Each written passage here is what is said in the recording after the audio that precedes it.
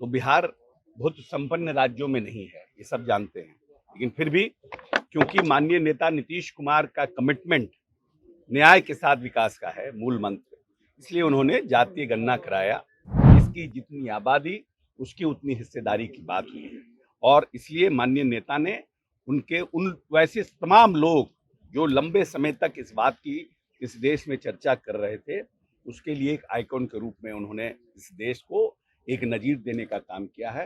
ये बीजेपी के लोग हैं हाथी के दांत, दिखाने के लिए कुछ और खाने के लिए कुछ और।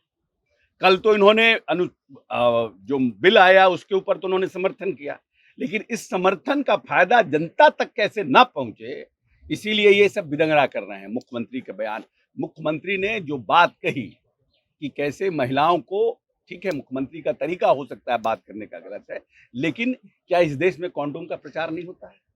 क्या देश में सेक्स एजुकेशन के प्रति लोगों को चर्चा नहीं होती है? सुप्रीम कोर्ट का ऑर्डर है कि 50% से ज्यादा नहीं दे सकते, तो फिर कैसे ये लागू होगा? ये देखिए, ऐसा है कि बहुत से राज्य जैसे तमिलनाडु ने अपने राज्यों में आरक्षण के दायरा को बढ़ाया हुआ है और जातीय जो गणना हुई है उसका मुख्य उद्देश्य यही था कि हम कैसे जो हमारे आखिरी पैदान पे जो लोग हैं उनको हम कैसे इम्पावर्ड कर सकें। और माननीय नेता नीतीश कुमार जी ने कल काफी विस्तार से कल हाउस में बताया कि कैसे हमने जातीय गणना का प्रयास किया, कैसे जातीय गणना इनके दिमाग में आई, किन किन लोगों से मिलकर के उन्होंने जातीय गणना की चर्चा की और कैसे हम इसको पटल पर लाने का काम किया।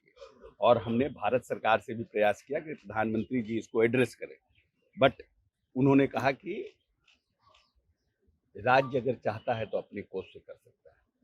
तो बिहार बहुत संपन्न राज्यों में नहीं है, ये सब जानते हैं। लेकिन फिर भी क्योंकि माननीय नेता नीतीश कुमार का कमिटमेंट न्याय के साथ विकास का है मूल मंत्र, इसलिए उन्होंने जातीय गणना कराया और जातीय गणना कराने के बाद उन्होंने आरक्षण के दायरे को बढ़ाया। क्योंकि पहले जो आरक्षण में अनुसूचित जाति जनजाति की आबादी 16% करीब थी और क्योंकि आरक्षण का प्रावधान 100% किया गया था, इसीलिए फिर से जब उनका 9.65 आया आरक्षण शेड्यूल कास्ट का, तो उनको उन्होंने 20% किया क्योंकि वो 5% क्रॉस कर रहा था। और उसी तरह से 1.6 से ऊपर आदिवासियों का आया तो उसको उन्होंने 2% किया। ये एक बड़ा मील का पत्थर है क्योंकि पेरियार से लेकर कर्पूरी ठाकुर यानी जैल सिंह, जिसकी जितनी आबादी उसकी उतनी हिस्सेदारी की बात हुई है और इसलिए माननीय नेता ने उनके उन वैसे तमाम लोग जो लंबे समय तक इस बात की इस देश में चर्चा कर रहे थे, उसके लिए एक आइकॉन के रूप में उन्होंने इस देश को एक नजीर देने का काम किया है।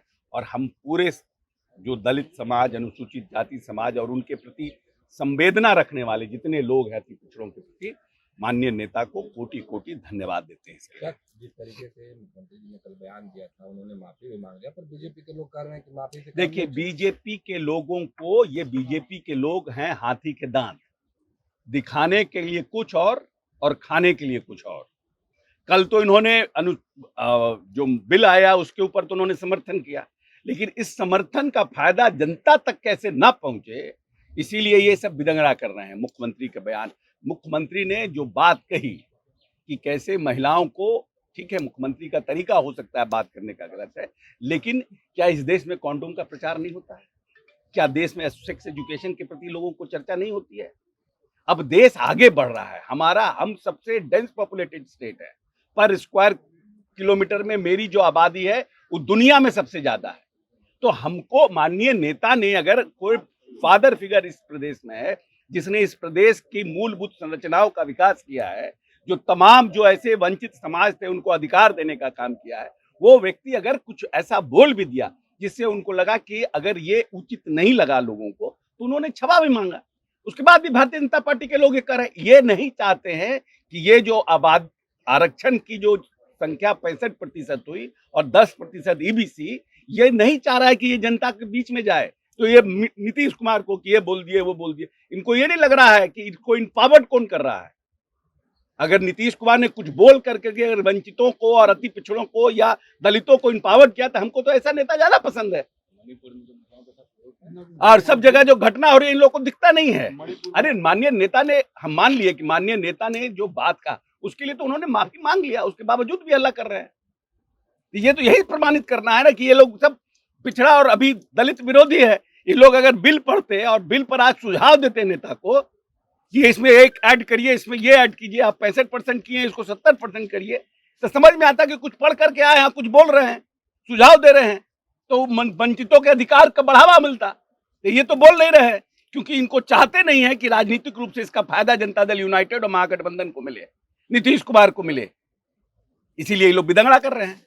विदंगड़ा की पुरानी पार्टी है, इनको सिर्फ चंदन टीका, रुद्राक्ष, रामलला नजर आते हैं, इसके आगे ही नहीं है।